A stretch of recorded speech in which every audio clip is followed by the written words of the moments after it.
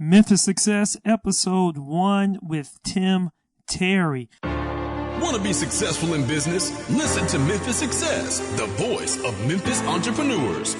Be prepared to be challenged and inspired to dream big and take immediate action now.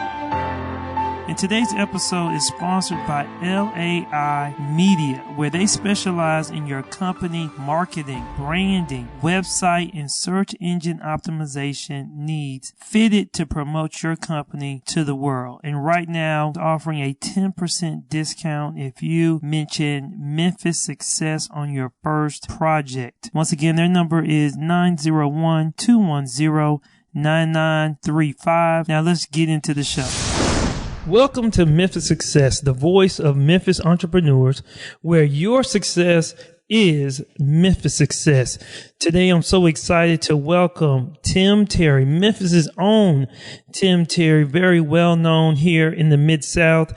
He has had 2 smash albums, the Tim Terry Experience, where you had that song, Meet Me on the Dance Floor. Also, Born to Live with Ooh Wee. I'm so excited to have him here. I've known him for several years throughout his life and my life as well. He is my cousin, guys, but today we're going to talk about a little bit about music, but I want to spend more time talking about the business of music and what insight and feedback he can share with our listeners for those inspiring artists out there who want to get into the music business to understand better the business side of the music industry. So with that being said, hello, Mr. Tim Terry. What's going on, man? What's going on, everybody? Hopefully everybody is doing well, and I am so happy to be a part of this, man. This is so needed in Memphis. All right. All over, really. Well, thank you. Well, hey, I do just have some questions that, hey, we would just go ahead and get started on. And so, man, as we're both Memphians, what is the first thing that really comes to your mind when you think about the city of Memphis? Opportunity. Living in other cities, you see so many things going on. Just the opportunities that they have going on. It's just like, man, we could be doing that in Memphis. So when you come back to Memphis, it's like those opportunities, those things that you've seen, you're trying to introduce those things into your city. And so, like, when I think about Memphis, I think about so much untapped potential. Okay. You know what I mean? So, So let me ask you this. I know what some of the other cities you lived in, and was there one thing that you saw in those cities that you was like, wow, man, we should be doing something like that in Memphis? Well, I lived in Nashville, San Diego, and San Francisco. And specifically in Nashville, the city is called Music City, and it caters to music. Okay. As soon as you drive into the city, you see a musical note, and they have everything is geared and based around the music. What I mean? So that's what drives the city in in Nashville. So here in Memphis, even though we have a heritage that celebrates music, the success of what's going on in Memphis is not driven by music at all. Okay. Okay. Cool. Now, in this question, when you meet somebody brand new, when they say, well, man, what do you do? What is your normal response? When I meet somebody brand new? Right. Well, you just meet somebody at a networking event or just out and, you're just talking to them and they say, hey, well, what do you do? Oh, when somebody asks me that, a lot of times they ask, hey, man, when's the new music coming out? What's going on? But a lot of times what people don't recognize, I'm getting some of that TV money. You know what I mean? So, I'm sitting, always submitting music for TV shows, for a scene in the movie, for a scene in a TV show. And that is a lot of easy money. And if you can get tapped into that pipeline, man, it's really, really financially advantageous, to be involved in. Yeah, see, I want to get more into that as we continue this interview, because a lot of times I'm assuming a lot of people just think, well, the only way they can make money in this industry is just, hey, either making the album or performing. But hey, it seems like there's other avenues and things behind the scenes that a lot of people are not aware of. Now, Tim, I know your story, but maybe there's a lot of people listening to us right now who do not know anything about you. So can you just kind of take us back to the beginning? And I'll be honest with you, man, I remember back in, what year was that? 2000 or 1999 or 2000, somewhere around there. You said, hey, man, I'm going to send you a CD. You going to send me a CD? So you send me this CD, and I hear you singing on it. Now, I had no idea that you were actually singing. So if you can, take us, I believe this is during the time where you were still in Nashville at TSU. So just take us back to that point in time of how were you really able to get started to pursue this? Well, I've been playing. I'm a musician first. I tell people that all the time. And so I've been playing since I was like 3 years old. And so a lot of people didn't recognize the songwriter singing side of Tim Terry until many, many moons later. So all throughout college, I just played. So man, I started getting opportunities to start writing songs. And what was your first one, if you recall? Well, actually, I was writing songs in junior high school. Okay. But they were like real silly, man. Me and a partner of mine, we would do things in class. The teacher would just allow us at the end of the last 5 minutes of class to act a fool. So we would do that. But the first song I wrote was a song called "You're My Smile," and it was about the daughter that I have now. Oh, I wow. was writing a song about like if I had a child, what that experience would feel like. And that was in 1999. And my daughter was born in 2003. So that song happened years later. All right, cool. So you were up at TSU being a musician, but what kicked in for you to say, hey, I write songs, I play the piano and the organ, but look, I'm ready to get behind the microphone and start singing? Well, in Nashville, I was totally immersed in the music scene. Working as a working musician, I decided to move to California, and once I hooked up with some people there, the music scene was a little different, and I was more so geared toward trying to get on the road with some cats. And but as I was doing that, I was still writing, trying to submit music to other artists to get song placements on their albums. And that was my whole thing in California. And so while I was in San Diego, that was the crew that I was doing stuff with, trying to get song placement on other people's albums. When I was in Oakland, Oakland is a whole independent, artist thing. Okay. So cats would hear some of my stuff, what I was doing, like, hey man, come jump on this hook, come jump. So I was the Nate Dogg of Oakland at that time, getting on everybody's hook. Right. And I hooked up with Nick Cannon. Right. Okay, cool. And I was actually on the song, his single after the R. Kelly joint had a song called My Rib. And I was singing the hook on that joint. From that point, it's like, hey man, he's going to do an album. We got a little momentum. Right. And so was it cool working with him? Yeah, it was cool. I mean, Nick, at that time he was... And everybody's saying Nick Cannon. He just finished doing Drumline. Okay. And so he had a lot of buzz from Drumline, and he was about to start doing Wild 'N Out. Okay. So, now I remember when you told me, and I looked it up, and I was like, "Oh man, Tim on with Nick Cannon is on." That was cool. That was exciting, but right. That didn't take me to where I wanted to be. It didn't get me where I wanted to go. So I started.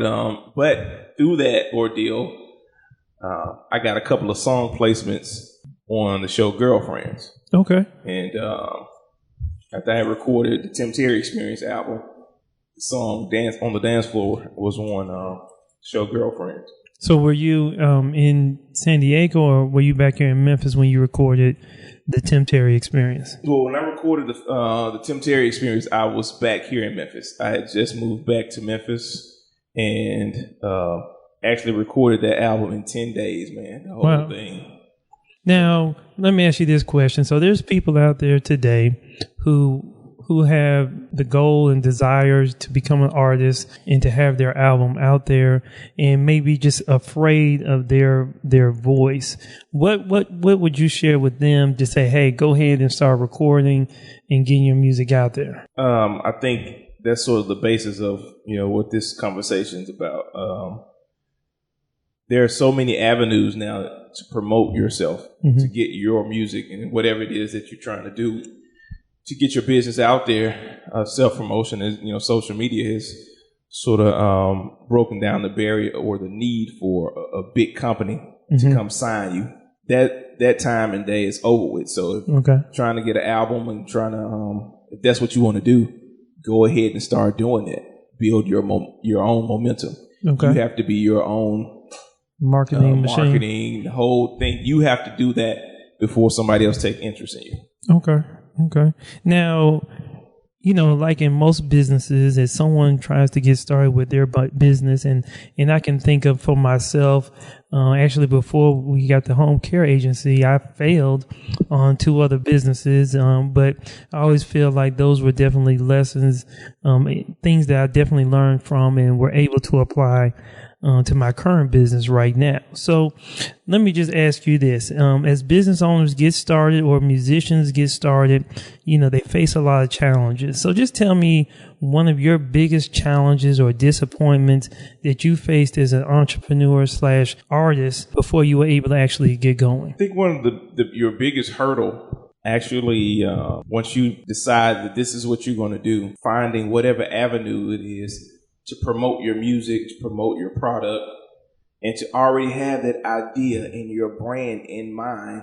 That way, when you start pushing it, it appears as if you have this big company behind you. For me, when I initially came out, I was just so excited that, I had an album out. Right. I wasn't thinking about the other part of it, the business side of, the branding, your social media. You need all of that. All of that needs to be going at the same time as the music is going. You got to have that, and you can't be afraid to fail. You're gonna learn. Hopefully you will learn from your failures. Right. Until you get it right, man. So was that, I guess, one of your bigger things that you consider is one of the big things that you wish you would have done better at in the beginning? In the beginning, like, Twitter, social media, as far as Facebook, MySpace at the time, I would go on those things sporadically. Okay. But we're in an age where people want to know what's going on with you. They want to know what your timeline says. And if your timeline is promoting you along with some personal, tidbits here and there, they're going to buy into what you're doing. Become more connected to you. You want to. That's the thing. When people are able to reach out to you and take you home with them, in whatever way that is, you're winning. You're gonna win. All right, that's big, guys. Memphis Go-Getters, just think about your product and solution and how you're communicating through social media, especially if you're an artist. Man, that's one big takeaway for me is, as you said, if they can take you home with them and feel more connected to you, then, they become part of your tribe, part of your team, part of your fan base. So with that being said, the next question I had was around big shift moments in your business. So take us to the moment in time when you had to experience and learn something that really helped shift your business, your music to another level. What was it, like an aha moment? You're like, wow, this right here has really helped, propel me to another level. I think the aha moment for me was my first check from, my digital sales online. And so when I initially set up my my website, and I initially set up everything to go through iTunes and all of the digital formats that promotes music, music. my first little check. I think it was a little over $100. Mm-hmm. And so from that showed me like, wow, even your YouTube videos, right, monetizing your YouTube videos, all of this social media that we have access to, we can get paid from if I start connecting the dots. Okay. So I started connecting the dots of promotion from my international contacts I had, mm-hmm. from people that say, hey, I'm your number one fan. Okay, well, I need you to promote something for me, and right. I'll make sure you have a couple of tickets. Doing things like this, start connecting my fan base and connecting my camp together. I start seeing an increase in my sales. Okay. And from that first check, man, I was like, wow, this is how you do it. This is how you get the momentum. I guess they call it that passive income where you just making money now. And with those, that's not a CD sale. It's that 99 cent that off of one song. That's going to continue to go until you're irrelevant. But the thing about international sales, mm-hmm. when things slow down over here, they may just be picking it up over there. Oh, wow. Okay. And so, but the 99 cent doesn't change. Mm-hmm. The same 99 cents you get over here. When people start picking it up elsewhere, all over in different, not just international, but in other regions, mm-hmm. your sales keep coming. And then, you start seeing that the checks continue and they continue to mount. So, I mean, okay. It's invaluable that you continue to connect your dots. Mm-hmm. Okay. Now, did you partner with somebody, or just somebody just told you about it at that point in time?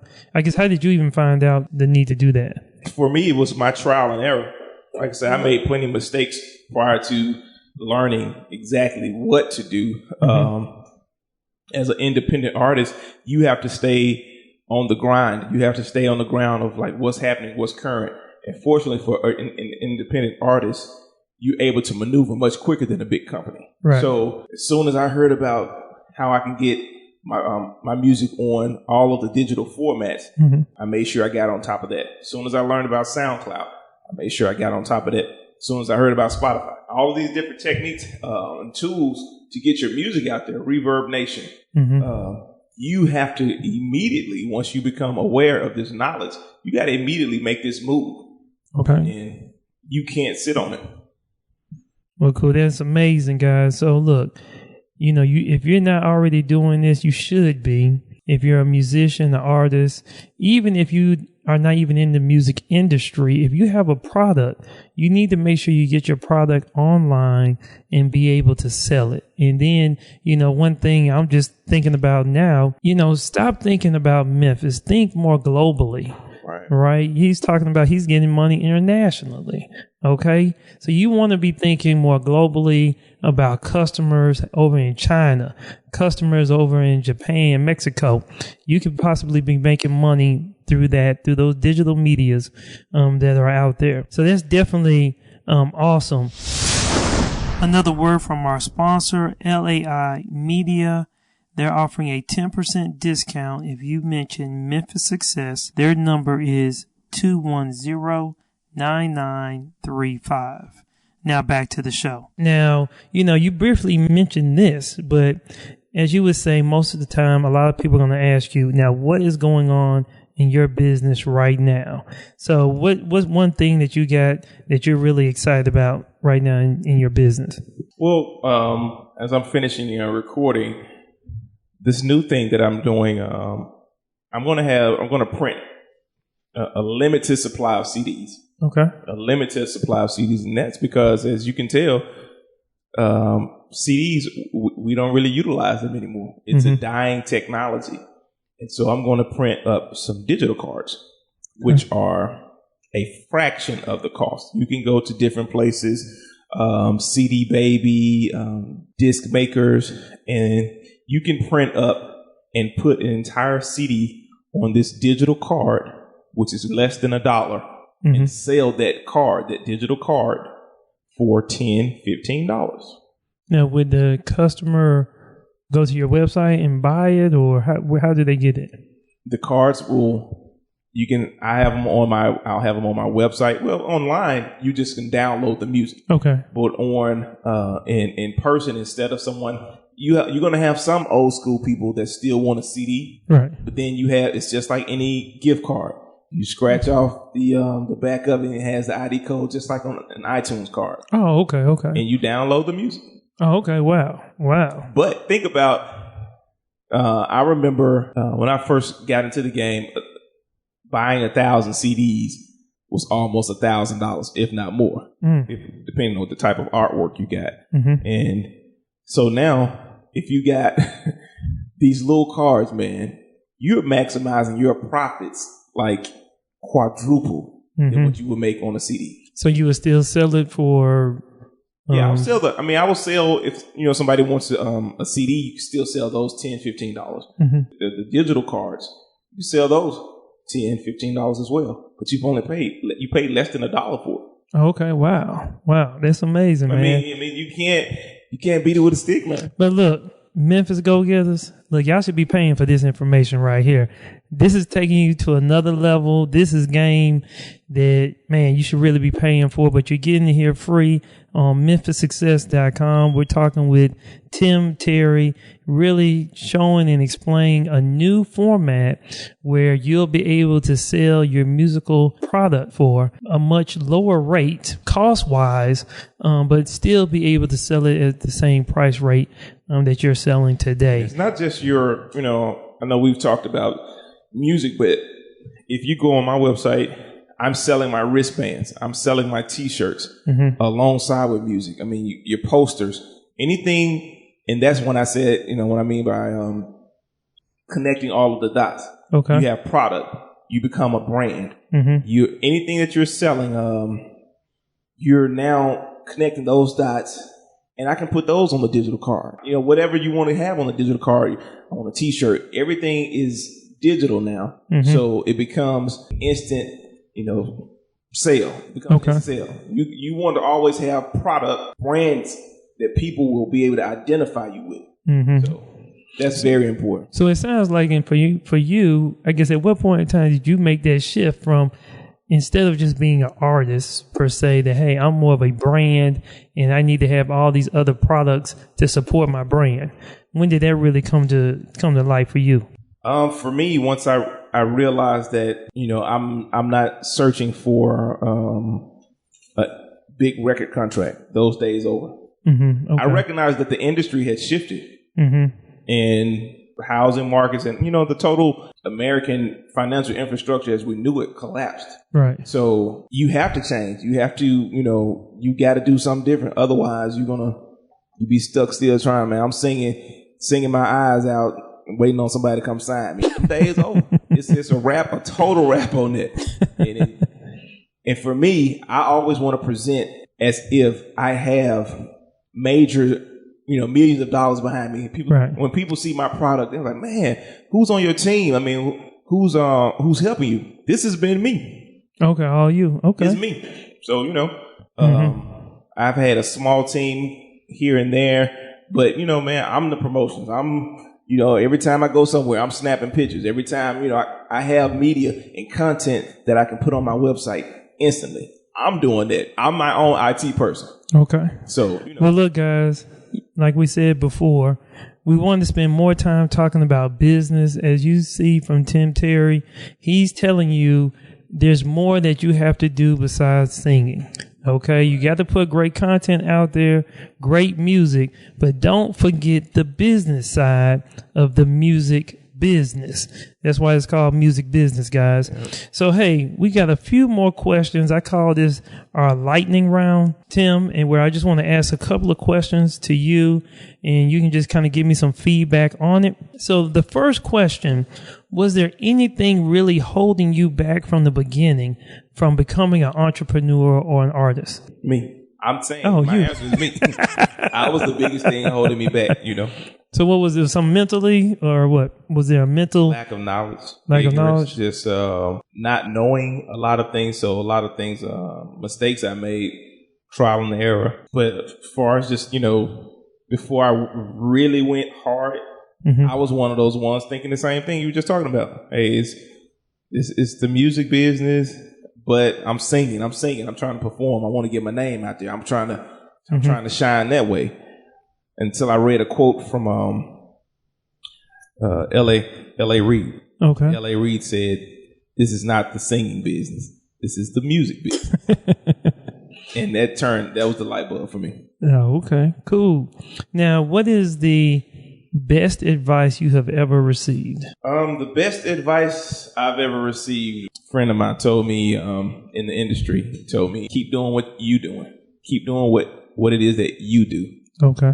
Once you start trying to do what somebody else does, you're losing your originality. You're losing what makes you authentic. Okay. Continue to do what it is that you do. Find whatever your lane is, whatever your niche is, and master that. Okay, cool. Now, what do you read, watch, or listen to keep you inspired and motivated? One of the books that I read that's really interesting to me, Rich Dad, Poor Dad. I love that book. I love the language of it. And that just sort of speaks to a larger issue as far as, like, I think for the African Americans, there's so much we don't know. And it's so much that we don't know because it's in a book and we don't read it. You know what I mean? We just don't go in the book and get it. So I love that book. That opened up a lot of things to me. As far as like something I would watch on TV, I watch American Greed. I like that. What are they, scoundrels, suckers? These people are celebrated for taking advantage of people, but they are brilliant. These are some brilliant minds, some of them, man. So, still, I learned some things from watching this stuff. Well, look, man, I don't want to see you on the news. I don't want to see you on American Greed. All right, cool. If you had $100 to spend to be a successful entrepreneur, how would you invest that money? Now, there's 4 areas, and you have 4 buckets or 4 areas to put that money into. And one area could be leadership. The second area could be hustle. The third area would be education. Or the fourth area would be networking. So if you had $100, how would you spend your money in those 4 areas? So if you break down hustle, I'm going to say that's my marketing. Yes, that could be hustle. Yes. All right. Hustle. I'm going to put, I would say $50 into my marketing. And I'm going to do that. For me, I'll do it regionally because I've seen the success and how that opens other doors for you, and the momentum continues. And you said the other areas are leadership, networking, education, and networking. Networking is key. So when there is a conference or when there is a convention, when there is a concert or something, depending on your business, where you can galvanize your troops or whoever your team is, if it's not just, even if it's just you, where you can go and get some knowledge, because that's going to, invest in your education side of things. But if you can do that, that opens some doors, maybe not immediately, but you never know who these people are in other cities that can possibly take your product back with them. Just a conversation of advice that you can receive from them. Somebody who's been there, right? Somebody who's made some of the mistakes that you don't have to make. I mean, so that's invaluable. That's invaluable. You know what I mean? But it's gonna require, I almost want to say, discipline, because when you're creating music, you get so caught up in the fact of creating. And you get so caught up, even on the social media side of things, you're constantly doing computer stuff, uploading content. I'm doing those things, but it's important to go to some of these conferences. Okay. I mean, go to make those contacts. Yes, make these contacts, man. They used to call them DJ pools, record pools, and you go and if you hot, You know, you try to get on in these other cities, but it's going to require you to get outside of your comfort zone. You got to get outside of Memphis. You got to get outside of these other places just to start planting these seeds. And that's how I look at it. You're looking at it in the situation where you're planting seeds and you never know when they're going to harvest or where they're going to sprout up. Right. I mean, so that's key. I think one thing, especially I'll take away from this, Memphis Go-Getters, nowadays, I always say a lot of people, you know, on Facebook, they talk on Facebook or through Twitter, but I still believe it's powerful today when you can meet somebody face to face and have a conversation with them. Yeah. So, yeah, social media is important, but I still believe networking, having that face to face conversation with someone will still take you a long way. So with that being said, you have $50 on Hustle. Are you saying you're putting the other 50 in networking, or what you doing? That's probably how I'm going to do it. Because once I network, that's going to pour to the education side of things. Okay. And for me, since I am my leader, I am the leader. Okay. All of that is in one egg for me. All right, cool. You know, and for everybody, it'll be a little different. Right. Everybody will be a little different, but you know, whatever works for you, as long as you are doing and not sitting on the couch. As long as you are up doing and you're not waiting on the phone for somebody to call you, and you know, because you're so great. I mean, stop. Well, look, Tim, I definitely appreciate you coming and allowing me to interview you. Just two more questions. One is, what does Memphis success mean to you? Memphis success means to me being able to do whatever it is that you're setting out to do and being able to make a great living at it. Okay. Whatever that financial scale is for you, but being able to go out and do your thing, you're happy, quality of life, man, value of life is so important. And if you're able to do one of the things that you love and get paid for it handsomely, you winning. You winning. So, hey, is there any other last words of advice you can tell our audience, share with our audience? Any last words? And then with that being said, how can they reach out and find out more about what you're doing? I'll start with the latter. You can reach out to me at thetimterryexperience.com. You can email me info@thetimterryexperience.com. Check out my website. Go on SoundCloud, check out my music, iTunes. I'm always releasing some snippets here and there. I would just say connect your dots. I never would have imagined that somebody would know the Tim Terry Experience in Japan, or somebody would actually email me interviews and know my lyrics in Japan. I had the opportunity to go to Singapore and over in Asia, and this guy knew my song. That just blew me away, man. So you never know where your seeds are going to sprout up. That's why I say connect all of your dots. Continue to promote yourself. You were saying, Donnell, that if you want to have a conversation, social media is cool, but that one-on-one, the only thing about that is if you can't sell yourself, who's going to sell you? You know what I mean? As an independent artist, if you can't sell yourself and you can't tell me like why I should be interested in you, right? You probably want to rethink what it is that you're doing, because you should be your biggest advocate.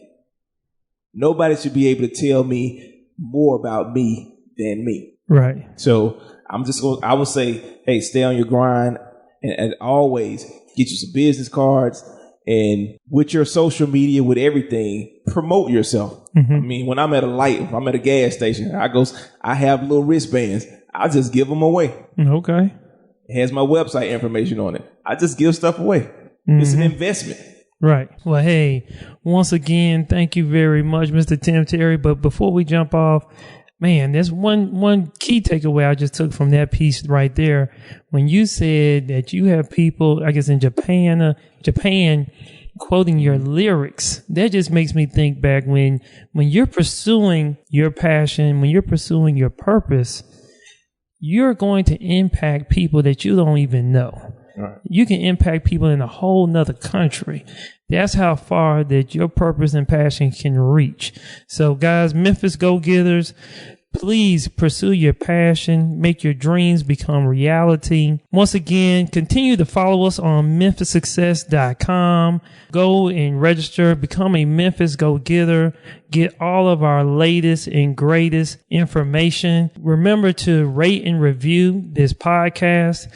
And Memphis Go-Getters, like I always say, dream big, take action, and go make some money.